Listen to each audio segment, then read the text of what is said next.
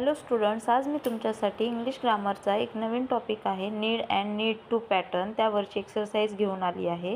याबद्दलचा detail video मी कालच्या व्हिडिओमध्ये चॅनलवरती अपलोड केलेला आहे, तर तो तुम्ही जरूर बघा। आय डॅश वॉटर, आपण नीड हे कधी यूज करतो? जर आपल्याला नाऊन किंवा नाऊन फ्रेज असेल तर त्याच्यासोबत आपण नीड यूज करतो।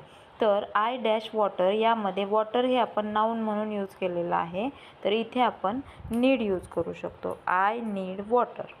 सीमा डॅश रेस्ट, म्हणजे सीमाला रेस्ट करण्याची गरज आहे। आपण इथं काय सांगतोय? पॉसिबिलिटी सांगतोय, त्याच्यामुळं Seema needs rest. She dash answer, she needs answer, म्हणजे तिला आन्सर द्यावं लागेल। We dash full of happiness, म्हणजे आपल्याला खूप आनंदी राहिलं पाहिजे किंवा आपल्याकडे फुल ऑफ हॅपीनेस असला पाहिजे असं सांगायचं आहे। तर आपण इथे पण we need full of happiness असं म्हणू शकतो। दे डॅश एज्युकेशन, एज्युकेशन हे आपण नाऊन म्हणून यूज केलेलं आहे, तर they need education, they need education.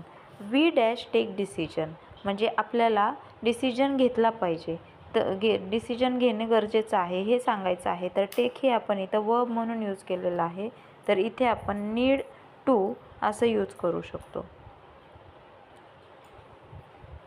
I dash talk with manager, म्हणजे मला मॅनेजरसोबत बोलायची गरज आहे असं म्हणायचं आहे, तर इथे नीड टू हे येतं।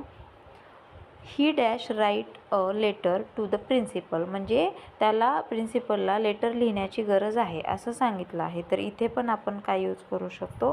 नीड टू, कारण वर्बच्या अगोदर आपल्याला नीड टू असं यूज करायचं आहे।